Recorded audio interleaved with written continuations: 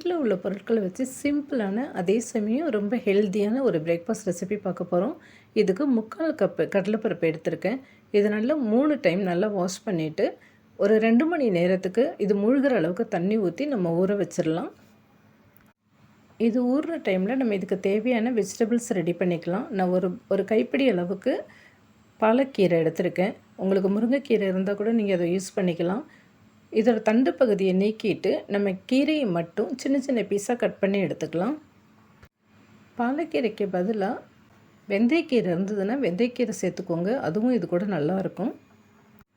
எவ்வளோ சின்ன சின்னதாக கட் பண்ண முடியுமோ அவ்வளோ சின்னதாக கட் பண்ணிக்கோங்க. ஏன்னா நம்ம இதை டீப் ஃப்ரை பண்ண போகிறதில்ல, தவாவில் தான் பண்ண போகிறோம். ஸோ காய்கறி வேகணும், அதனால நல்லா சின்ன சின்னதாக கட் பண்ணிக்கோங்க.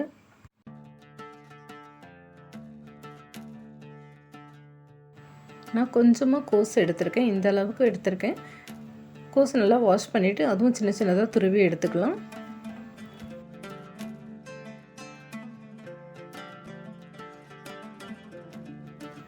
ஒரு பாதி கேரட் எடுத்திருக்கேன். வாஷ் பண்ணிவிட்டு இதையும் நல்லா துருவி எடுத்துக்கோங்க.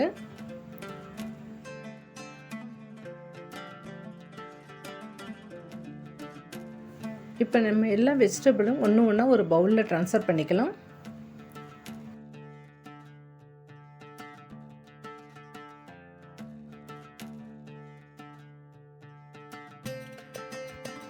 இப்போது நம்ம ஊற வச்சுருந்தோம் இல்லையா கடலைப்பருப்பு, அது நல்லா ஊறிடுச்சு. தண்ணியை நல்லா ஃபில்டர் பண்ணிவிட்டு கடலைப்பருப்பை மட்டும் நம்ம ஒரு மிக்ஸி ஜாரில் சேர்த்துக்கலாம்.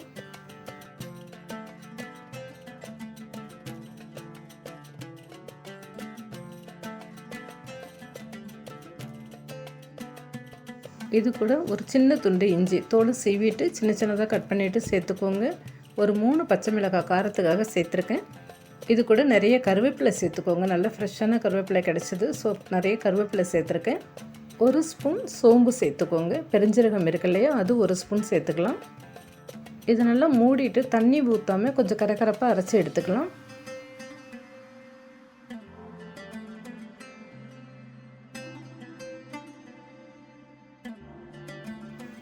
இந்த பதத்துக்கு இருக்கணும். இந்த மாதிரி கரகரப்பாக அரைச்சி எடுத்துக்கோங்க. இப்போ நம்ம அரைச்சி வச்ச கடலைப்பருப்பு நம்ம கட் பண்ணி வச்சோம் இல்லையா வெஜிடபிள்ஸ், அந்த பவுலில் சேர்த்துக்கலாம்.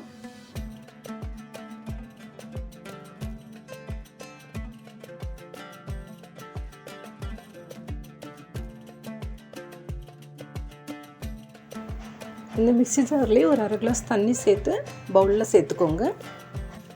இது கூட ஒரு 1/2 டீஸ்பூன் மஞ்சப்பொடி சேர்த்துருக்கேன். 1/2 டீஸ்பூன் மிளகாத்தூள் சேர்த்துக்கோங்க. இந்த டிஷ்க்கு தேவையான உப்பு சேர்த்துக்கோங்க. இது நல்லா மிக்ஸ் பண்ணி எடுத்துக்கலாம். வெஜிடபிள் கூட பட்டாணி இருந்ததுன்னா பட்டாணி வேக வச்சுட்டு இது கூட சேர்த்துக்கலாம். அதே சமயம் உருளைக்கிழங்கு இருந்ததுன்னா சின்ன சின்னதாக கட் பண்ணிவிட்டு அது கூட நீங்கள் இது கூட சேர்த்துக்கலாம். முள்ளங்கி இருந்தால் துருவிட்டு அதையும் இது கூட சேர்த்திங்கன்னா நல்லாயிருக்கும். இன்னும் ஒரு 1/2 கிளாஸ் தண்ணி சேர்த்துக்கிறேன். ஓவரால் 1 கிளாஸ் தண்ணி சேர்த்துருக்கேன். நல்லா மிக்ஸ் பண்ணிக்கலாம்.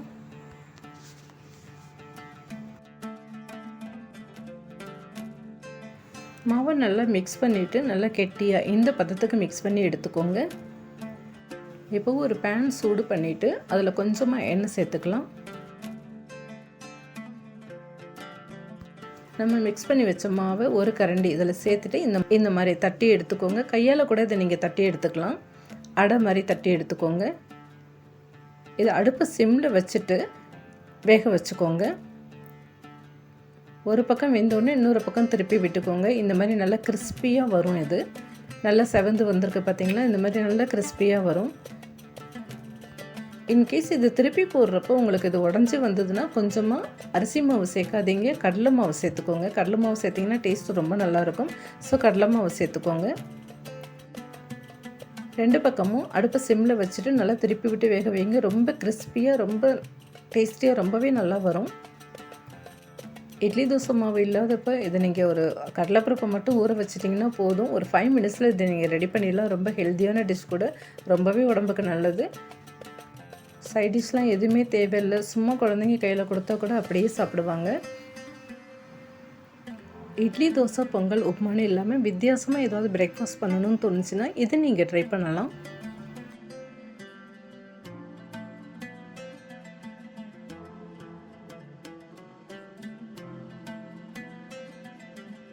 அவ்வளோதான், நல்லா ஹெல்த்தியான பிரேக்ஃபாஸ்ட் ரெசிபி ரெடி ஆகிடுச்சு. ஆல்ரெடி நம்ம இதுக்கு தேவையான காரம் இதில் சேர்த்துருக்கிறதுனால இதை நார்மலாக நம்ம இப்படியே சாப்பிட்லாம். அப்படி இல்லைன்னா கோகோனட் சட்னி கூடயோ டொமேட்டோ சட்னி கூடயோ சர்வ் பண்ணிங்கன்னா ரொம்ப நல்லாயிருக்கும். குழந்தைங்களுக்கு சாஸ் கூட சர்வ் பண்ணால் கூட ரொம்பவே நல்லாயிருக்கும். இது அருமையான டேஸ்டியான கிறிஸ்பியான பிரேக்ஃபாஸ்ட் ரெசிபி ரெடி ஆகிடுச்சு. நீங்களும் ட்ரை பண்ணி பாருங்கள். வீடியோ பிடிச்சிருந்ததுன்னா லைக் பண்ணிவிட்டு சப்ஸ்கிரைப் பண்ணிக்கோங்க. நெக்ஸ்ட் வீடியோவில் பார்க்கலாம். பாய்.